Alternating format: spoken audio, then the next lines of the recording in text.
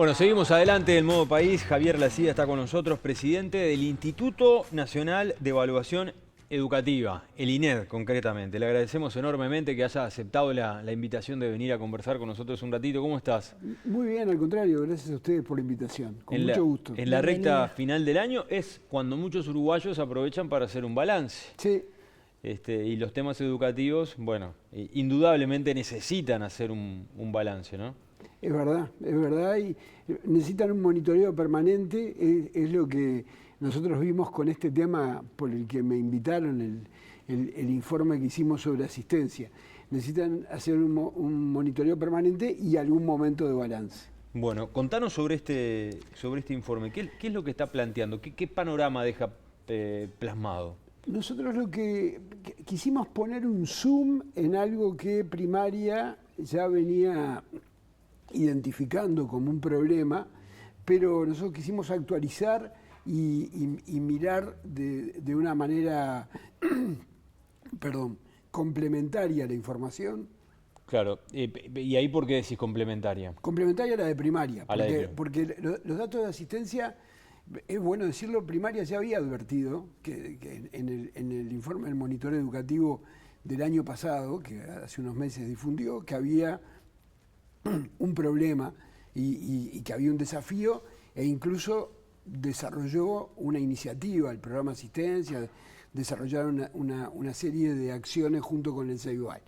Nosotros, desde los cometidos del instituto, quisimos complementar eso y mirarlo más a fondo.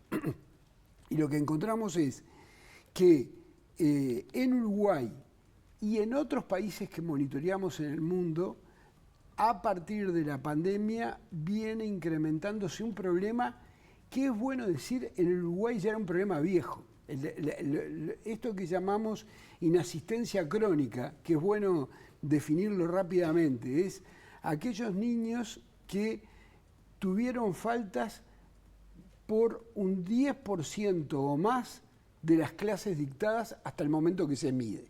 Y esto es bueno medirlo, nosotros lo hicimos, por ejemplo, en el primer trimestre, en los primeros meses, porque ahí ya apareció un grupo de niños con un porcentaje que entra en la calificación de inasistencia crónica. O sea, que faltaron 1 de cada 10 veces de las que tuvieron que haber ido a clase. Javier, bajando la tierra, corregime si estoy equivocado. Estamos hablando de 20 clases al mes, un niño que falta 2 veces al mes. Es inasistencia crónica. Claro, como lo que pasa es que cada el 2 problema semanas, que se va sumando, sí. Claro, cada 2 semanas está faltando al menos una vez a clase. Claro, promedio. Exacto. Promedio, no importa después. Si eso pasa una vez, no pasaría nada. Pero si eso pasa todos los meses, eso empieza a ser relevante. Por eso se habla de inasistencia crónica. Y es bueno, nosotros lo otro que observamos es que los que empiezan faltando no se distribuyen heterogéneamente, algunos faltan, otros. Hay un grupo que empieza faltando y sigue faltando, y falta mucho. Entonces, ahí hay una cuestión que vale la pena irla mirando desde principio de año, que fue lo que nosotros hicimos. Incluso controlando, la primera contratación es esa, era casi un 50%, un 46% en el 2019, antes de la pandemia, y ahora llegamos a un 60%. ¿No? O sea, esto ha pasado en todo el mundo. El incremento en los últimos años. Me surgen muchas preguntas. ¿Cómo es el rendimiento de esos niños que faltan? Es peor. Eso también lo observamos. La inasistencia está asociada con menos aprendizaje. Y en media, que no lo pudimos medir, queremos medirlo, esperamos que el año que viene se pueda hacer, en media está asociada con abandono. Es más crítico, más grave. En primaria no, porque en primaria prácticamente terminan todos los que ingresan. Pero está asociado con problemas graves. Claro, es un ejercicio que comienza en primaria, que se puede trasladar perfectamente a secundaria y que puede concluir con el abandono del estudio perfectamente. Ahora, yo le sacaría el condicional a lo que decías. No es que puede, pasa, porque los que faltan mucho, que después tienen una asociación con repetición, son los primeros que en primaria son los primeros que abandonan en media. Hay que mirar la trayectoria de los educandos como un proceso, como un continuo, que era como lo estabas haciendo. Claro. Por eso quiero... No, y la otra pregunta, Ro, capaz que también coincide. No es que son unos en un momento, otros en otro. Hay algunos que es una constante y ese proceso termina en bajo rendimiento y abandono. Por ejemplo, conozco historias de que en secundaria muchos faltan porque tienen que ir a trabajar. Es increíble, pero así lo han señalado. ¿Por qué falta el niño en primaria? ¿Lo pudieron detectar? No, eso no lo preguntamos, pero estudiamos algunas cosas. Por ejemplo, en el año pasado, en el 2023, vinculamos los días de más inasistencia con los días de mucho frío o de grandes tormentas. Y uno ve que prácticamente coincide la historia meteorológica del 2023 con la historia de las inasistencias. Cuanto peor el tiempo, más falta. Con lo cual, y faltan más los más chiquitos. Y las inasistencias bajan en los últimos grados, quinto, cuarto, quinto, sexto, van bajando. Lo cual uno puede suponer, es una hipótesis, está asociado también con cuestiones de cuidado. De decir, bueno, si hay una tormenta, lo que pasa es que si hay una tormenta, como decíamos recién, no pasa nada. Ahora, a la tercera tormenta que no va, eso empieza a ser un problema, en un periodo corto de tiempo. O sea que nosotros no pensamos que no tenemos indicadores de que esto signifique ni que no se le da importancia, ni que falta responsabilidad. Hay decisiones de las familias. También todos tenemos muy reciente la experiencia de la pandemia en donde no había que ir a clase, y eso queda incorporado de alguna manera a las rutinas, y eso uno puede suponer, mirando la experiencia en Estados Unidos, en Inglaterra, en un país más cercano, en Chile, que incrementaron más la inasistencia crónica que Uruguay, pero claro, partían de niveles de inasistencia mucho más chicos, mucho mejores, mucho más bajos que los uruguayos. Entonces es más fácil que crezcan más. Uruguay ya estaba muy alto. Entonces, ahí seguramente hay cuestiones que hacen como tú decías al principio, a las percepciones, al funcionamiento cotidiano de las familias, que es bueno. Primaria el año pasado, junto con el Ceibal, mandó decenas de miles de cartas a los niños que tenían estos niveles de asistencia, diciéndole, su hijo faltó tantas veces, mire que es importante que vaya a clase, haga un esfuerzo. O sea, empezó a responder el problema. Y otro datito más sobre las causas. Ceibal hizo un estudio muy interesante, cualitativo, pero que da alguna pista. Le dijeron a padres con hijos con niveles altos de inasistencia, su hijo faltó tantos días en lo que va del año. Y los padres contestaron, no faltó tanto. Sí, pero mira, acá está el registro. Ah, tiene razón, tal día. Ni siquiera habían dimensionado la importancia del problema y el dato de que, bueno, habían tomado la decisión de que no fuera y no fue. Eso hoy yo quiero decir una cosa, porque es siempre parte de esta discusión, y yo lo mencioné hoy al pasar. La solución para esto no es la sanción y la repetición, claramente. La repetición es una buena identificación de un problema y una pésima solución, en Uruguay y en el mundo. Todos los estudios de hace mucho tiempo muestran que la repetición detecta un problema, hay niños que no aprenden lo que tenían que aprender, pero el hecho de que se quede repetidor no logra que ese niño recupere el proceso de aprendizaje y después tenga un buen proceso de aprendizaje. Y es que hay varios impactos ahí, ¿no? No solamente pasa por y ahí voy de vuelta al tema que estamos tratando, no pasa solo por el aprendizaje como tal, visto objetivamente, sino hay un tema de identificación con los compañeros, con sus pares, que luego pasa a estar con otros, que no son los mismos, que son más pequeños. Hay una estigmatización del repetidor, y entonces al final, en vez de querer estar en el ciclo educativo, lo que quiere es de una vez por todas salir de ahí para no volver a pueda sentirse expuesto. Y en esto también voy al tema de las inasistencias. Lo hablábamos un poquito antes del corte. ¿Qué impacto tiene la inasistencia? Porque uno puede decir, bueno, llovía, ¿qué va a aprender hoy que no puede aprender mañana? El impacto es en lo educativo, porque obviamente hay contenidos que se va perdiendo y es difícil engancharse, pero ¿qué otros impactos tiene, además de pensar en te perdiste tantos días de clase, tantos contenidos? Para que podamos tomar conciencia de qué implica la asistencia presencial al aula. Sí, yo creo que hay estos son hipótesis, porque como decía, lo que nosotros lo que estudiamos, el dato duro, y que es muy importante y muy bueno tenerlo, y que es muy bueno tenerlo lo más rápido posible. Eso es parte del aporte que quisimos hacer desde el INED. No esperar a tener los datos del año siguiente, no esperar a diciembre.Nosotros dimos datos de este año y de cómo fue evolucionando este año, lo que ya permite que cuando empiece el año que viene, no exista la actitud de decir, bueno, vamos a ver cómo fueron los datos en el 2024. No, ya en febrero se puede empezar a planificar con datos firmes del 2024. Hay hipótesis, yo creo que hay dos elementos claves.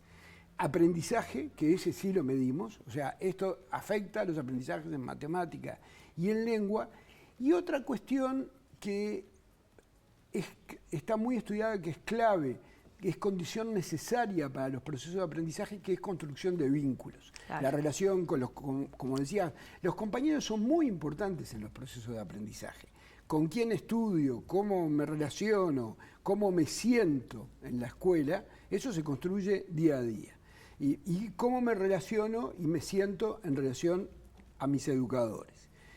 Y el otro tema que está mucho menos estudiado es la cuestión de las rutinas familiares. Que lograr que los hijos de una familia vayan, o el hijo de una familia vaya cada día a la escuela, sabemos que es un desafío logístico. Hay que levantarse a tal hora, o si va de tarde, organizar la rutina para que efectivamente vaya, acompañarlos si son más chicos. Hay temas de transporte, hay temas de alimentación. Es una exigencia para la vida familiar.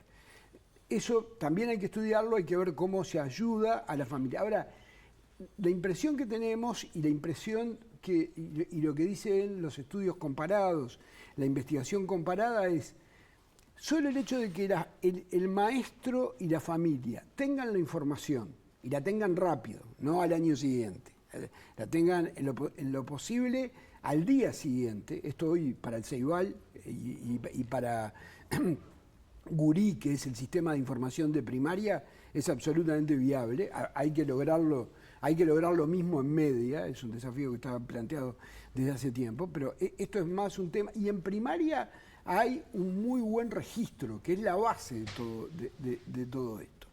Que el maestro y la familia y el niño tengan el dato de que faltó y haya una acción de la escuela, simplemente preguntando qué pasó, ya eso, la evidencia muestra, empieza a cambiar.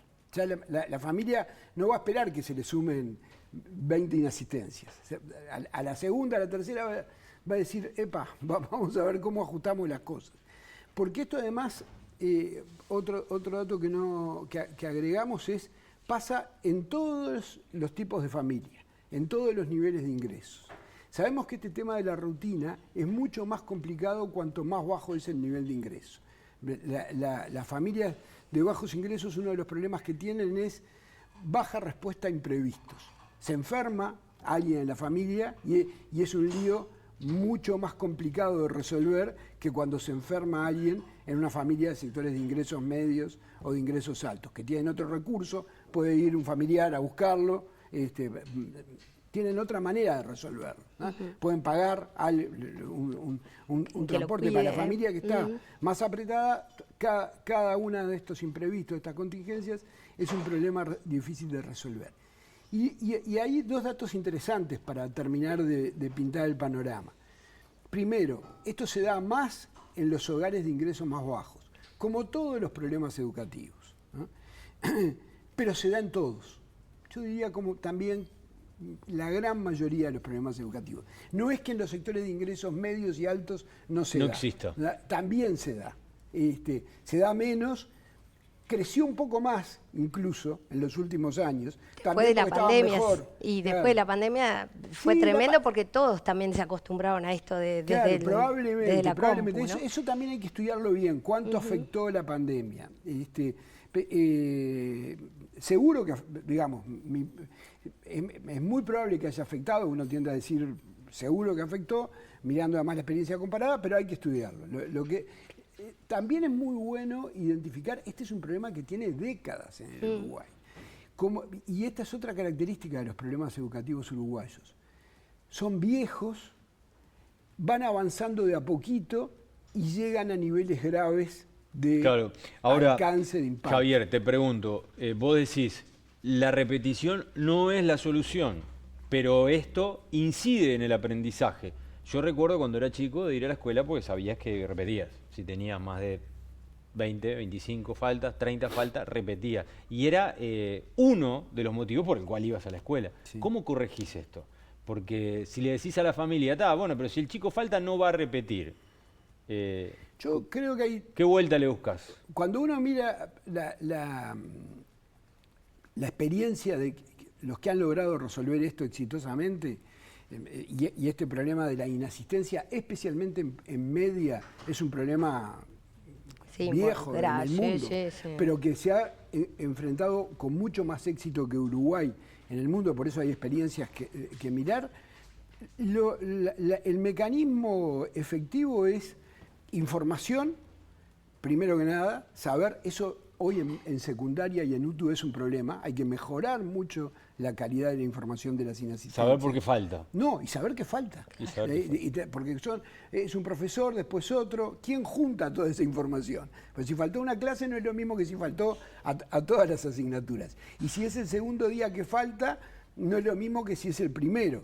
Pero si yo soy profesor de una asignatura que tengo hoy, pero no tengo ayer, ¿quién se entera que ese estudiante faltó 2 días seguidos? Si no hay un dispositivo creado en el centro para juntar esa información, ni siquiera la información está sistematizada. O si, como pasa en muchos centros de educación media, esperamos a lo que se llaman las reuniones de profesores, que son al segundo, al tercer mes. Ahí consolidamos la información, la sintetizamos y la discuten los profesores. Eso está bárbaro que se haga.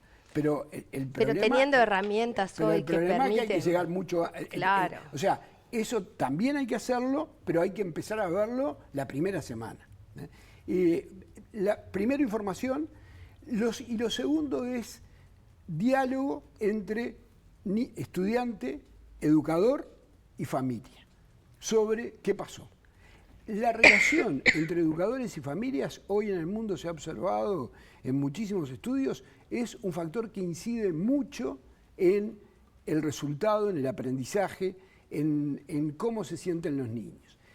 Esto son todas cosas que cuando vos hiciste la escuela, y todavía más cuando yo hice la escuela, estaban mucho menos presentes. Estaba el tema de la repetición y había un mandato de que los niños fueran a la escuela, pero no estaba tan claro que fuera decisivo la relación entre familia y escuela. Hoy eso está en la agenda. Y después hay otra cosa que probablemente entre en debate, haya opiniones distintas. Lo otro es la percepción de que la escuela tiene sentido. Y para eso, a mi juicio, ha sido muy importante el cambio curricular. Estas cosas, para volver un poco de una manera polémica a la campaña electoral, estas no son cosas simples. No son cosas que se arreglan fácil ni se arreglan solo con plata. Estas son cosas que requieren, porque son cosas que están incorporadas culturalmente a la forma de funcionamiento y a la vida de los centros educativos, de las familias y de la relación entre unos y otros. Bueno, el gobierno electo dice que va a revisar algunos puntos, ¿no? No me consta, pero supongo que lo va a hacer. Sé que le dio prioridad a este tema, pero también habló de que los cambios en educación eran simples y creo que en este periodo se acometió un cambio muy complejo, como fue la transformación curricular, que a mi juicio es parte de los cambios que hay que hacer. Porque parte de lo que motiva a cada estudiante, especialmente en media, donde la gran mayoría dicen que no van porque no les interesa, desde hace muchísimo tiempo, el gran cambio es lo que se le propone cada día. Claro. ¿Para qué te invito a venir todos los días a clase? ¿Qué vas a aprender? ¿Qué te voy a proponer aprender?